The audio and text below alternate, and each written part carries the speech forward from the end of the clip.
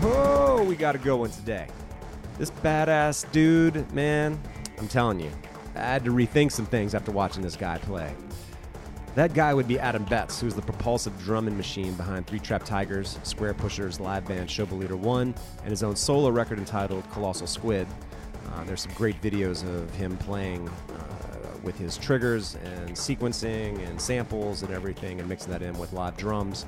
And that is the way that the record was recorded, and there's some really great video that you will find in the link to check that out. It's pretty awe-inspiring. In any case, we delve into the complexities of learning Squarepusher's material, our love for Pantera, rural raves with tractors and ecstasy, early influences as well as modern idols, one of which would be Mark Guliana, who he recently played with, and touring with the Deftones, and borrowing a kit from Abe Cunningham, who is one of my favorite drummers, plus a whole hell of a lot more. Get her done. Crash, bang, boom.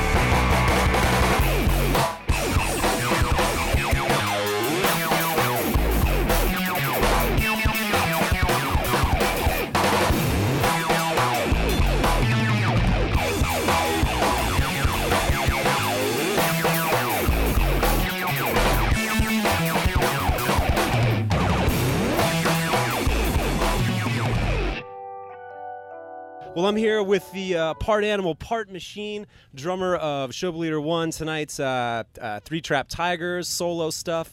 What's happening, Adam? What's going on?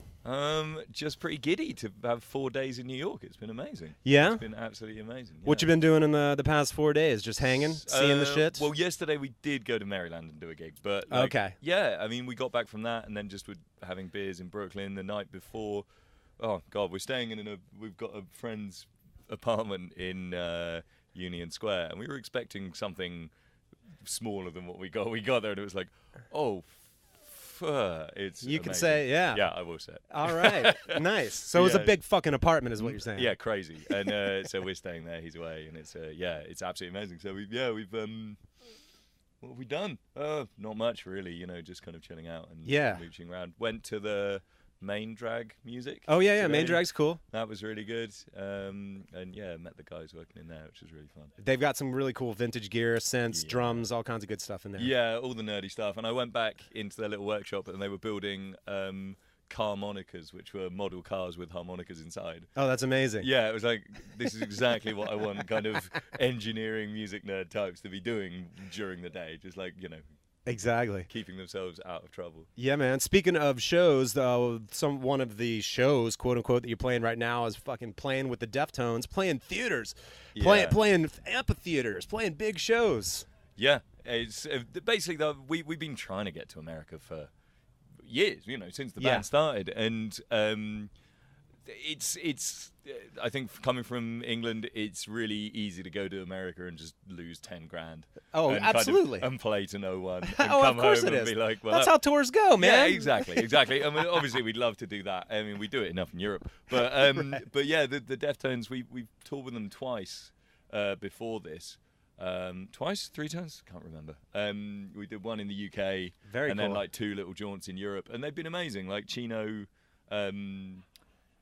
started DJing our stuff, so we saw him playing some of our tracks, and we just sent him an email, and we're like, "Come on, dude, you know, really? Can we come and support?" And they've been amazing. I mean, yeah, that was the connection. That was the connection. That's incredible. And he just heard about us through Spotify. this sounds like, kind of that kind of right, stuff. the cross-referencing within Yeah. Spotify. I mean, he doesn't might need like to be this. checking out new young bands. He's Right. but I was really, really touched by that. So, yeah, we did that, and they said, like, on the first one, we've got to get you out to the States. And it was like, oh, God, if you can do it, then that's a way to do it. Of and course. really get some numbers. And finally they came through. And they gave us a shout kind of earlier in the year. And we're like, do you fancy it? I had to cancel a holiday with my fiancée.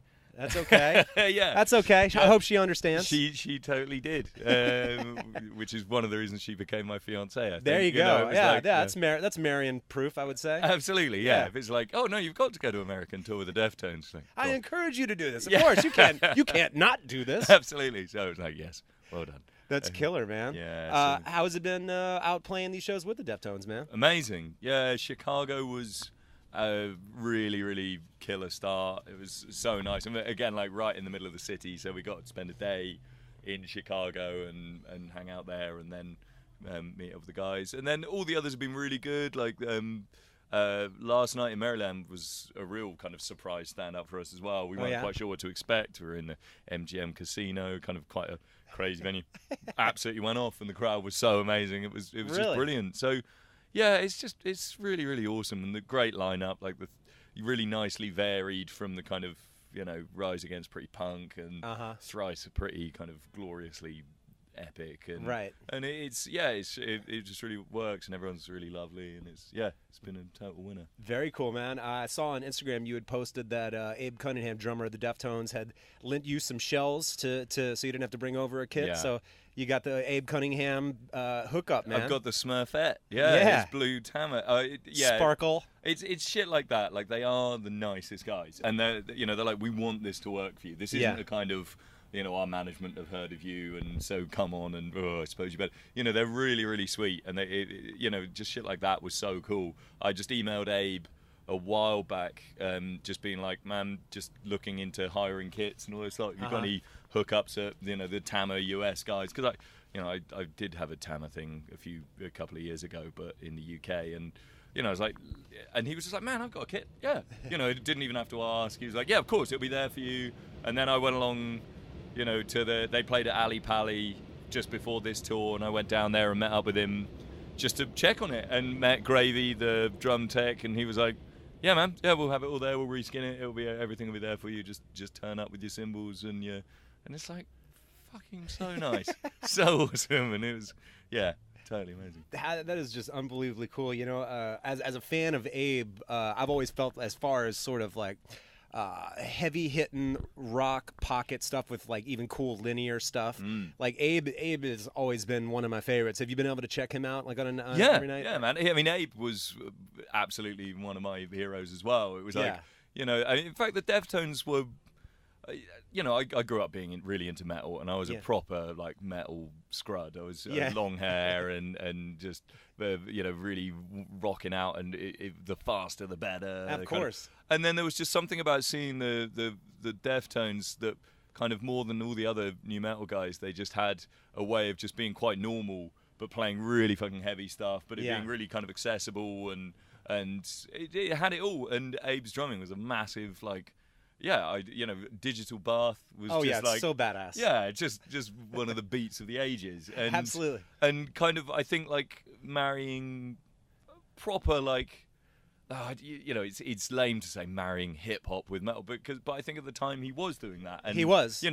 But not in a kind of naff way. It was all just like, here's some language from hip hop. But I'm going to play it like a drummer that loves Van Halen, right? And it's got all that shit, and it's joyous, and it's righteous, and his energy is amazing, and and it just sounds fucking great. Absolutely. And so to kind of be able to sit there and watch him doing that all the time is one of the best bits about the tour. I hear you, man. Early on, you were saying that you were into metal. Do you remember one of the first bands that what was the band that brought you to the Dark Lord, so to speak? What was it? I was 13, and it was Downward Spiral and Far Beyond Driven. I was kind of playing drums, but as a kid. Oh, actually, no, because Appetite for Destruction. Oh, before that. Yeah. But that's quite quaint dark side, isn't it? It's not that dark. But I mean, it's dangerous. It's a dangerous, real fucking rock and roll record, without a doubt. It is, but in a way kind of broad enough to filter through to some 11-year-old kid in sunny Dorset. Yeah. You know, just wandering around through the countryside singing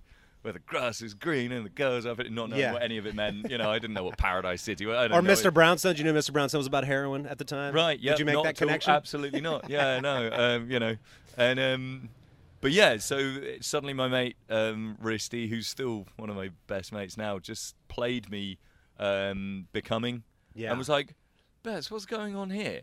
And it was just like game changed. And then another friend played me the Downward Spiral, and it was suddenly like, oh wow, this whole world just opened up. Oh, that's interesting. So yeah, and then from there it was like Sepultura. Oh yeah. You know, Chaos AD and Roots and Burn My Eyes, Machine Head. Just like those things were like, fuck, you know, and it just felt like every kind of 6 months some record would come along that was amazing metal and would just change the game. Strapping Young Lads, City was you know, it just kept coming, and it all felt. I mean, I'm probably a bit old now for metal, but it felt like every record was really serious and had something to say. Yeah. I mean, it helps to be 15 and thinking that metal has something to say. But, like, you know, it feels like now metal doesn't, you know, it feels like it's more formulaic now than it used to be. Sure. You know, and I think just those guys were just writing something new, just playing shit that really was, you know, personal to them and was alive. And you know, there wasn't a formula for it. It was like, oh, well, you know, here's one metal album and it sounds like that. Here's another metal album and it sounds like that. Whereas now I've got students that can tell me to like which bar is melodic death and which bar is grindcore and which bar, and kind of point out the frets on the guitar that mean it's that. And I'm like, that sounds like bullshit. Yeah, yeah, I call bullshit every time. They're like, yeah, it's but just something about it. Oh, this is a fucking great record. Right. You know, it was a massive one. Yeah. One of the distinctions I make about Pantera, and I mean, growing up in the South, Pantera was definitely big. Phil Anselmo was from New Orleans, so like there's Louisiana and New Orleans always had a love for him and Pantera, and those guys were from Texas. But they were really one of the first bands who played sort of straight up, you know, metal that not only grooved, but they're even like shuffles.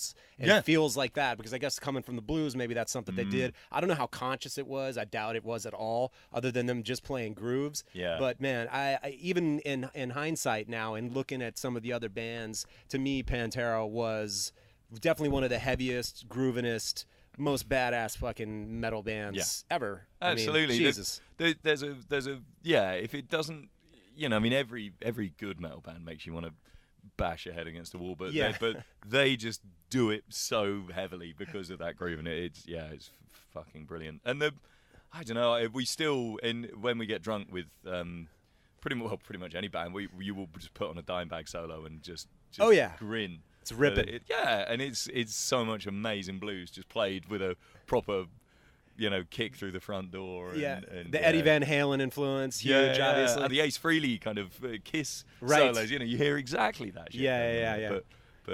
But done with a real, like, hell on earth kind of aggression. It's absolutely. amazing. When did you start getting into electronic music? What was some of the bands that you originally, or artists that you originally getting into? As a kid, one of the only things that I was cool for when I was really young was my sister used to know some, like, techno and rave DJs in the country, like, you know, and proper kind of countryside raves where, you know, a few thousand people would meet up, but like it would be on the back of a tractor and shit like that. Oh, that's hilarious. Yeah, really? I mean, the UK had that was an going amazing down in scene the for rural, that. Like electronic scene. Yeah, the UK had the electronic scene in the UK, the kind of early '90s rave scene is one of the kind of, I think it's one of the wonders of the world. It was just this complete like collective of, I mean, ecstasy helped. I was about to say, what was the drug? I'm assuming ecstasy was involved. Ecstasy, speed, the speed kind of,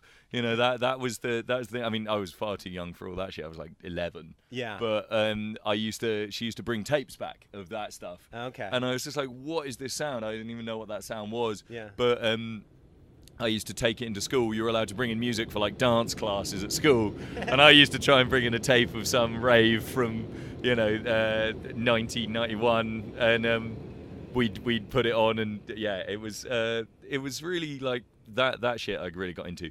But you never know who any of the artists were. Like, they were really nameless, really kind of just faceless. It was just, here's some amazing music, and that's part of the scene. But then when I got to about 16, Aphex Twin appeared. Oh boy, that was like, you know, Come to Daddy. Yes. Was, that, because I kind of become a bit of a dick. I was a bit like metal, live musicians, real music, that kind of snobbery. And then Aphex came along and it was like, no, you can't really argue with that. All right, I'm on board, Right. And then from there, kind of my inhibitions broke down. I got into him, Squarepusher, Ortega, Luke Vibert, all that stuff. It all just followed. And again, like the amazing thing when you're a kid and all those every metal album that comes out is like really serious. It's when you suddenly open a door into a new genre, every other album you find is like one of the best albums ever. Right. So it was such an exciting kind of 5 years of that time. Boards of Canada. Fuck, this is unbelievable. Music. Fuck, this is amazing. Luke Vibert. Christ, what is that? And just every time, mind completely being blown by something totally different, and all done with this real, just some little Larry mess up in a bedroom with a sampler and acid, and just making something that kind of changes the game. And it's so it had that total punk, messy, kind of ugliness, frenetic sort of attitude, and I guess, and no rules, right? Exactly, no rules, just like what sounds good, right? And so it was fucking really exciting.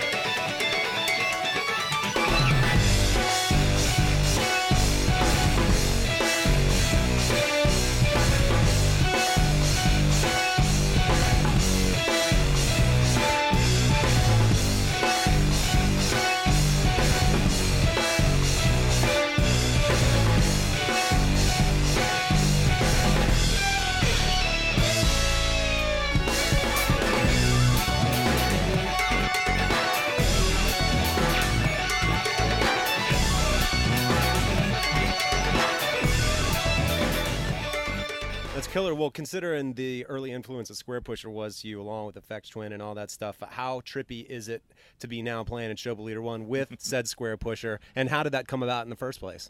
It's unreal. It really is. My mate, so he was putting together a live band, and he asked some guys that I knew to do it for the first one, and then they had a slight lineup change, and I got suggested for it and went along, and it was hilarious. I was finished. I was just doing some teaching at a uni that I teach at, and was leaving, and was thinking, man, that's the last hard thing I've got before Christmas. Amazing. Just chill out for a bit. And then my phone rang, and it was like, hello. And it then went home and had to start learning all his gear, all his stuff. Oh my God. And it was like, can you do a play next week? And I was like, no, I can't. I don't have the time to do that. I could do it in 6 weeks. Right. And they were like, so it was like, all right, I'll do it next week. Let's just do it. And just went it home, and it was one of those, right, you get up at 6 in, you start shedding, then you go and do the rest of the stuff you had to do during the day, and then you get home at like 7, and then you go and shed for another 3-4 hours. And it was like, holy just shit. do that, rinse and repeat. And it was really fun to do it. And we went and had a play, and it was great. I kind of got it about 80% of the way. Yeah. And then just after Christmas, he phoned me and was like, man, can we have another play? And it was like, okay. So I just did the same thing again. And, you just squeeze it in. And then we did it. And it was just like, I think it really, really gels. It's really exciting. I mean, I would say like so much of my drumming has been influenced by his programming anyway. Absolutely. So it's like it's learning his tunes. Your drumming just gets better. Oh, absolutely. Did were there any particular songs that you found challenging, just finding the sticking or the technicality to execute it? I would imagine a good bit of it. All of them, pretty much. Like there's the crazy thing is none of them are impossible. Right. Like he's a great drummer, but not in that style. But he using the kind of Stubblefield or the Winstons, Amen, or anything like that. He has an amazing ear for like what is actually kind of 98% playable. It's just it's fast and it's relentless, but they're all licks that work on the drum kit, and he's got this amazing melodic sensibility that's like, oh man, that totally works. And so I mean, Journey to Redom was like, that's one of the best drum performances of all time. Yeah. Not done by a drummer. Right. That one, Squarepusher theme. That's so good, yeah. That's just amazing. Because also, and stuff like Cooper's World, because those two are quite light You know, they're, Right. they're not. I mean, I'm a loud drummer, but those are the funk tracks. Just Right. It's basically like Mike Clark on When the Speed Went Nasty in '94. You know, it's Mike Clark really rinsing it, or Garibaldi or someone like that. So Right. you have to make it funky. Right. Which means that you don't just have to be able to get the notes, which is where I was at the beginning, and it was like, Yeah. oh my god, I played all the notes, thank God. And then you listen to it back, and it's like, that's not fun. You've got to make it dancey, and it feels now like it's getting there, which is really exciting. That's awesome. You know, like I don't know, you just play it like Guliana would play it. You know? Right. It's yeah. Speaking of Mark Guliana, I saw something on his Instagram where it looked like, were you playing synths with some shows that he did in across the pond? Across the pond, in the mother country. Yeah. He was doing drum clinics over there. Okay. And it was great. I mean, I was in Georgia, in Tbilisi in Georgia, which is quite a crazy part of the world, kind of near Turkey. We were just doing a Shoba Leader show there, and I was getting drunk in the bar afterwards, and this text on my phone from Mark saying, dude, what are you up to tomorrow night? And I was already going to watch his clinic. Oh, really? It was nice to catch up with him. And Yeah. I met him in December when we were over here, and it was great. And so I was like, oh, yeah, I'm around. And he was like, do you want to come and just do some noise on my clinic? You know, kind of just make some textures and stuff like that. And it was like, yeah, awesome. But I mean, it was hectic. I landed at kind of 4, legged it across town, grabbed all my gear, and then headed over to his thing. And we just started playing, and our friend Sam Crow was on synths. So Nice. I was just on dog woofs and okay. a dictionary sample, you know, Right. and DJ. And it was so much fun. And you know, it's one of those ones you can just make some funny weird noise and let him rinse over it. And absolutely. And it was like, great, Yeah. that's a song, you know. That's killer. Mark came out to Shoba Leader One or 3 Trap Tigers. Shoba Leader One. Oh, okay. Came out to one of those guys. Yeah, Cool. It was great. You know, I've been in touch with him a little bit, just through the wonders of social media beforehand, and then it was like, look, dude, you know, I love your playing. I'm in New York for a couple of days. Fancy a beer. Went to watch him at New Blue the night before with Awesome. Chris Potter and Killer. Dave Binney and all those guys, and that was great. That was like, oh yeah, we're in New York. You know, this is that's what you do. Just an improv gig. You going can catch on. Jojo Mayer while you're here too. It's like exactly, yeah. some of my favorite guys. Yeah, man. There's so many to catch. I mean, I still haven't seen Jim Black while I've been over here, but that's the kind of, that would be the holy grail for me. But there you seen go. Dan Weiss and those guys, and it is there's so much sick stuff going on here. But yeah, so we went to see him, and then he was like, oh yeah, I'm free tomorrow, yeah, come along. And David Binney came, and all that, and suddenly everyone got more nervous in the band. It was like, awesome. And yeah, he was there. I mean, yeah, it's one of those bands. The second people hear that like Tom's doing a live thing, shit gets a bit, you know, people start kind of coming along. Like Dave Elich was at the LA gig. Oh, that's awesome. And I was like, you know, Shit. I was chatting to a guy, and he was like, oh, do you know Dave Elich? And I was like, yeah, big fan. He's like, yeah, he's just behind you there. I'm like, hey, Dave. So that, you know, it's one of those gigs where like scary people come along. That is badass, man. Of the tours that you've done, have there been some other gigs that you've caught or players that you saw that you really loved? Or I know it's probably you've seen quite a few, I would imagine. Yeah, I mean, hey, we did some gigs with Dillinger, and Billy is he's off such the a chart. monster. Yeah, it's fucking great. And that's just cool. Y'all did shows with Dillinger in the UK? Yeah, with nice. Tigers again, which was really awesome. But God, no, I mean, in terms of players that I mean, one of the guys I was trying to hook up with while I was over here is Zach Danziger. Oh, he's one of the OGs, like, and one of the pioneers of this. Exactly, and I remember we were into the album he did with Tim Byrne. Yuri Kane, even Bedrock. Yeah, I don't know that one, but I'm familiar with his Zach's playing. It's crazy. when we were at college, that was one of the fucking big ones. Oh, interesting. But yeah, like just oh god, we've seen so many people that has been really inspiring. I mean, when we saw Autechre, that to just fucking change the game for everyone. It's like those guys are on the next level. A lot of Norwegian guys as well. We had the luck to kind of head out to Norway and see. We played with these guys at this festival called Punkt.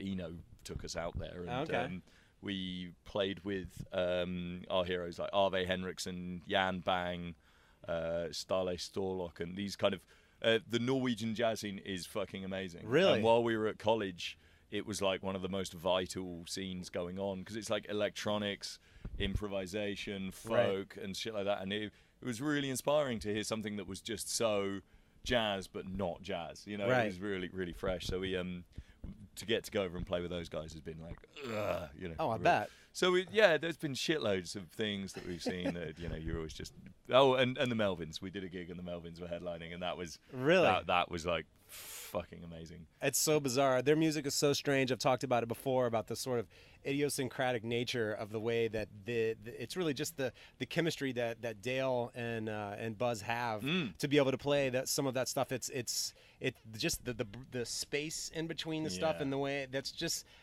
a chemistry, man, and it'd be so hard to duplicate that. Like, Totally. It's so strange. You can write down what they do on paper, and it's like, okay, that will make sense. Yeah, and those are the notes. Yeah, those are the notes. That's it. Okay, cool. Executing or replicating, it's a whole yeah, other totally. story. It's its own thing, and it's so joyous, and it's got that kind of. It's deadly serious, but not that serious, right? You know, and that it's perfect. It means they can play the most rocking riff, and again, I'd say probably the same with Lightning Bolt. Like you just like it's the lightheartedness of it means that they can get away with a riff that a more serious po-face band couldn't. You know, exactly. They can play some hilarious thrash riff, and it's just like. Yeah, that's fucking mega. Exactly. Well, man, question about some of the electronics and stuff. I really dig the solo record you did, Colossal Squid. Oh, cheers. And it was really cool seeing the videos that you did of it. It helped help me to connect the dots to figure out how exactly you were executing it. Yeah.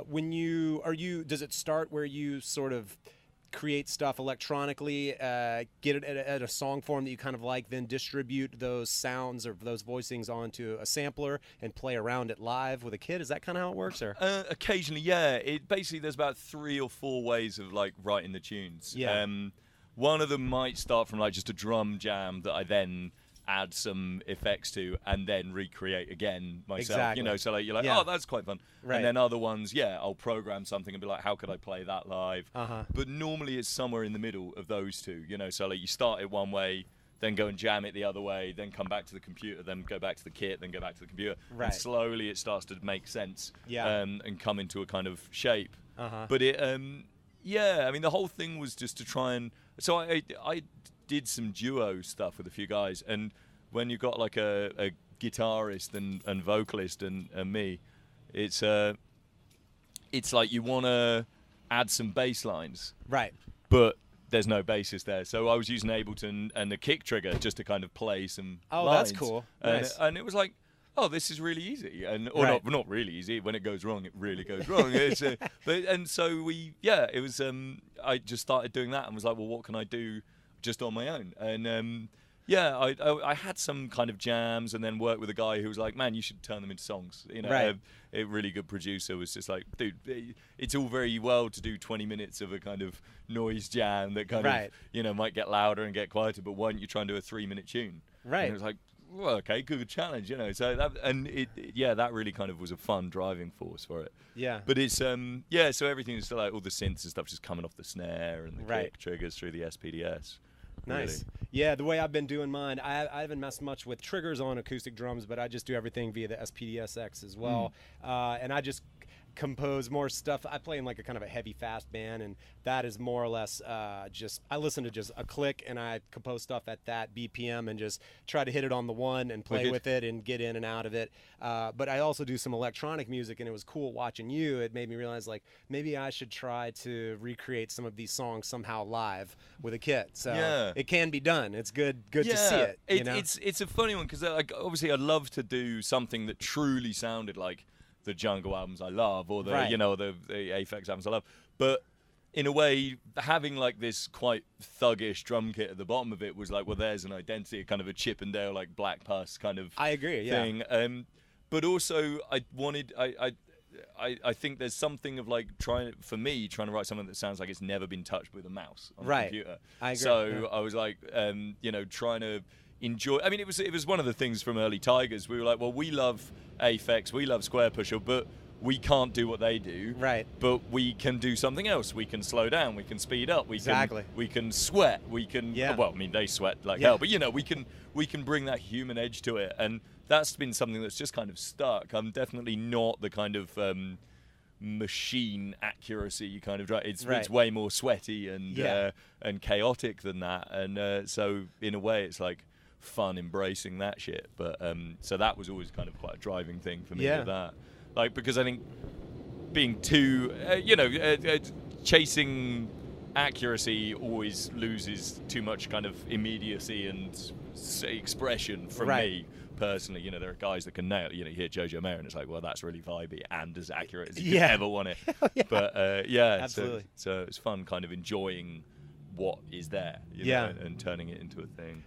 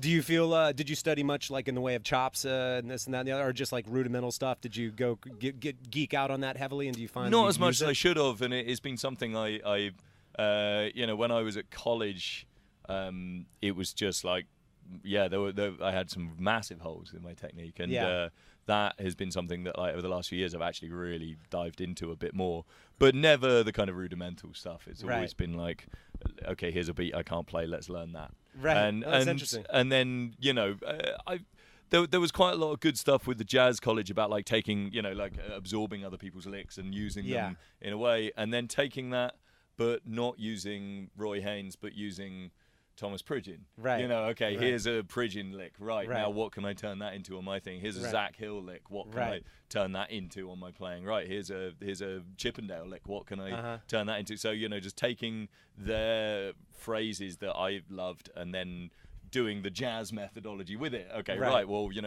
that's me playing it on beat one, but what happens if I play it in the middle of a groove and hit it on 3-and or something like that? And you get some kind of fun over the line stuff. What happens if we do it in 11 with these hits and shit like that? So there has been some kind of nerding, but definitely not kind of rudimental, more just like, oh, I like that sound, right? I love that, which is kind of fun. I mean, Christ, you watch like Matt Gasker or something, and it's like, Jesus. I'd love to be able to do that. So maybe I will keep chasing it. It's going to take some chasing. Yeah, absolutely. It's just that kind of fluidity around the kit. Exactly. Something that I feel eludes me. Yeah, man. You sound great to me. Thanks, man. Yeah, Thank man. you. Cheers. On the one last one for you. One of the bands that reminds me a little bit of you guys. They're less sample heavy as you guys, but do you know this band from Ireland, Adebisi Shank? Yeah, we they're fucking super cool, man. I've never seen them live, but I dig their records, man. I think they've split up. Oh, really? Yeah, I think so. But yeah, we knew them. Just around the time we were probably doing Route 1 or Die, that they, a lot of people were like, oh yeah, Adebisi Shank, and so we checked them out, and there was something we were supposed to do together, and it didn't happen. But yeah, we were really into them. There's a lot of there's a lot of kind of pretty joyous bands doing this kind of stuff that we that we kind of really enjoy. There's a really good band from the UK called the Physics House Band, who kind of do a synthy rock trio, but with way more kind of 70s caped prog, quite like they're really ripping, and we tour with them a fair bit, and those guys are great. I'll have to check them out, man. Yeah, really good drummer. Good band. Excellent. Do you foresee a time the same way, I guess, with Squarepusher, where he's just like, I just need to play bass? Do you look forward to someday just not having the samplers and all that shit and the triggers, and just being like, I'm playing acoustic drums and that's all I got tonight? Yeah, I do. We're doing a gig. We're doing a Scott Walker prom, and I'm just on. It's like I've got the Camcos out. It's play songs, and it's like, it'll be brushes, mallets, and sticks, and no electronics, and I'm really looking forward to that. That's what I'm talking about. Yeah, it's great. It's great. I mean, the Shoba Leader One is just kit. There's no electronics in that, which is fun. I mean, we talked about it, and it was like, there's so much to learn anyway that let's just make it simple. Absolutely. Yeah. Killer, man. Great. Well, shit, Adam, thanks for talking to me, man. I appreciate it. Good luck on the rest of the tour, and I look forward to seeing you tonight, and look forward to any other stuff you got going on, my man. Thanks, Jetty. Cheers, cool. man. Pleasure. Later, man. All right, what a cool dude and what a complete badass Adam is. It was a humbling experience in watching him, I can tell you that much. So if Three Trap Tigers comes near you, go see them. I can assure you it'll be worth it. Crash, bang, boom!